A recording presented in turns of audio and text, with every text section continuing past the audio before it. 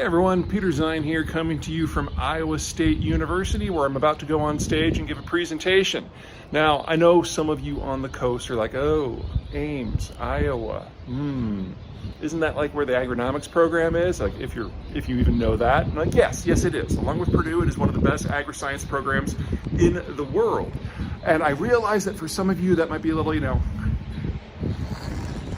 but between the Ukraine war and the breakdown of fertilizer supply chains we're seeing, agriculture is the sector facing the most threat over the course of the next 10 to 20 years, and it will result in multi-continental famines.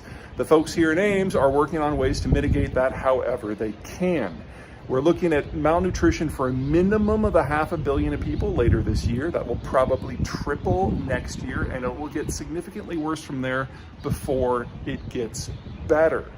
Which means that not tech, not cell phones, not manufacturing, not energy, it's agriculture that in the aggregate and in the relative sense is going to be seeing the most explosive growth in the American economy for decades to come.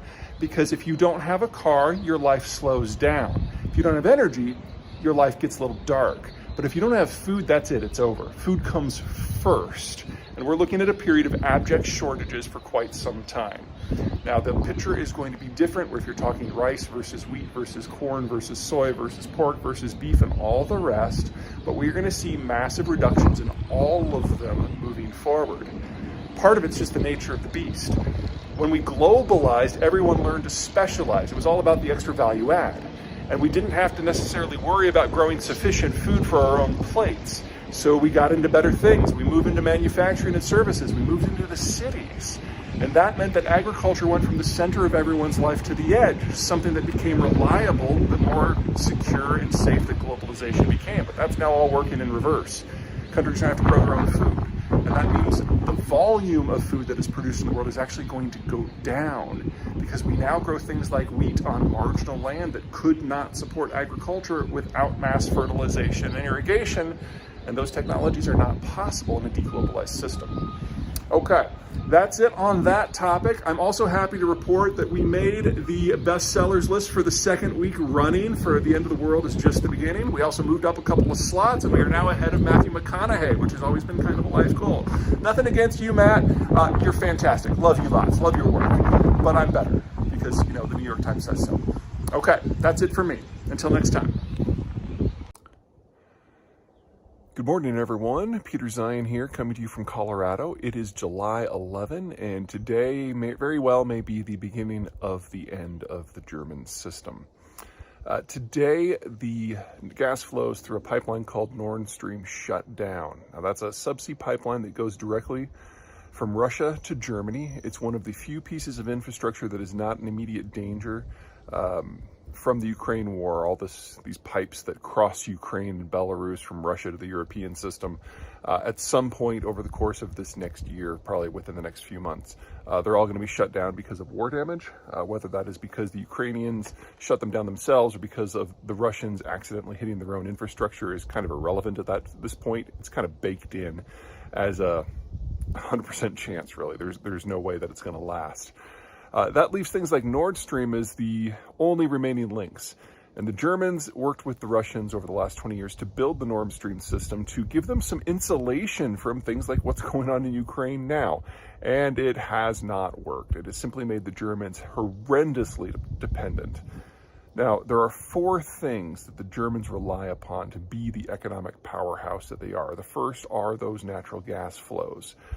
With the shutdown of Nord Stream, which is ostensibly for maintenance, is what the Russians are saying.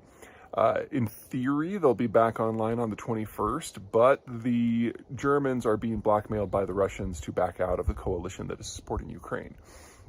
Nord Stream is the most effective tool that the Russians have to do this. The quid pro quo is pretty straightforward. You stop providing logistical and political and military support for the Ukrainians, or we turn off the gas and never turn it back on. That would generate industry-wide shortages and shortages in the heating system, and there is absolutely no way that the Germans would be able to maintain their economic model.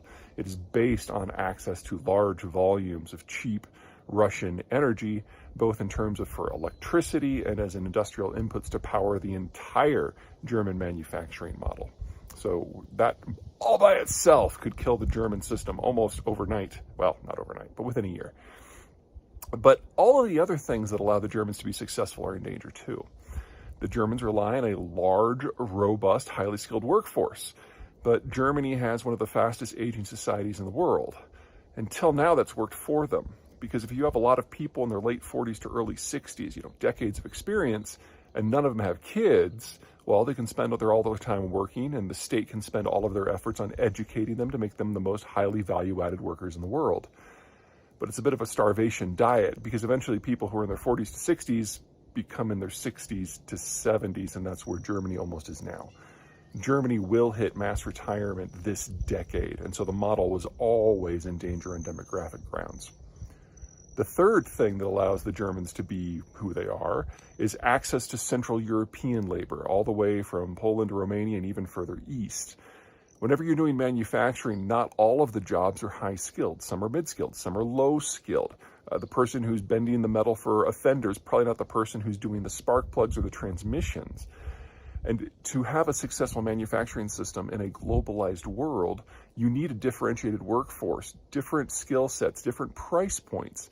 And in Central Europe, the Germans have all that. They've had all that since the 1990s. But that's going away too.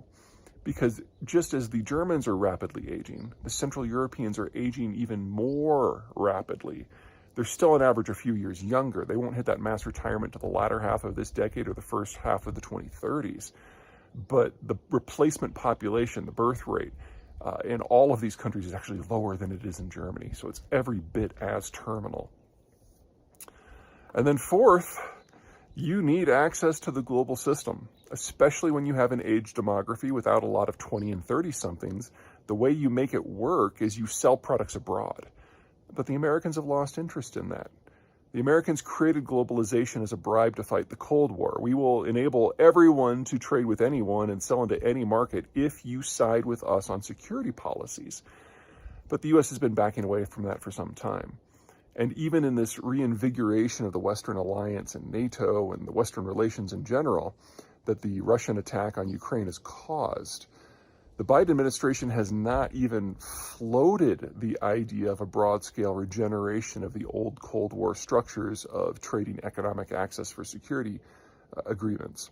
There's just a security deal in place here, which means that when the Ukraine war ends, as all wars eventually do, we go back to where we were, where the Americans basically go their own way. I'd love for it to turn out a different way, but I don't see it. Anywho, all of this put together suggests that the manufacturing model that has sustained Germany, that has provided the tax base, that has provided economic growth, that has made the population relatively happy with their situation, it's gone. And it's going to vanish within the next year. And a Europe that does not have a German motor at its heart is a Europe that all of a sudden needs to find a very, very different way to function. Now, that can take us down any number of rabbit holes, but we're going to have to hold off on that for another day. Okay, that's it for me. Until next time.